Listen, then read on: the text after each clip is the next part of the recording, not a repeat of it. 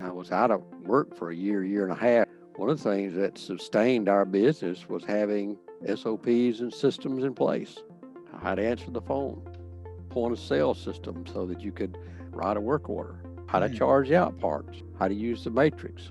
All those things that we have learned here on paper. And so now with this box of, I don't know how many there are there, but it looks like a lot. It'll be such a help for each one of us, I think.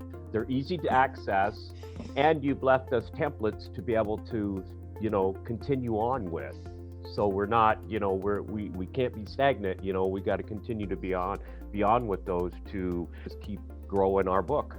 There's a lot of different ways you can use it. I mean, you can use it for the diagnostic routine in the office as well. We could start a flow chart for, training a service advisor. I would think you could use it for about anything. A lot of us in this industry are technicians. We're not writers. We're not creators. We're not editors. We're not think tank people. We're not computer skills guys. I can sit behind a computer, but I can't do this all day.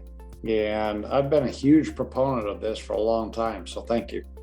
There's a lot to navigate through. There's a lot of information on there, but it seems easy to get to, especially now with the Dropbox. So I went to the consistency Dropbox, and I also went to the leadership Dropbox and looked at that stuff. And then also to the Vault. And it seems very easy to navigate. Well, as we were sitting there, he said, looking at your operation and the way you run things, I'm ready to go forward with this deal. So, and it's because of everything I learned from you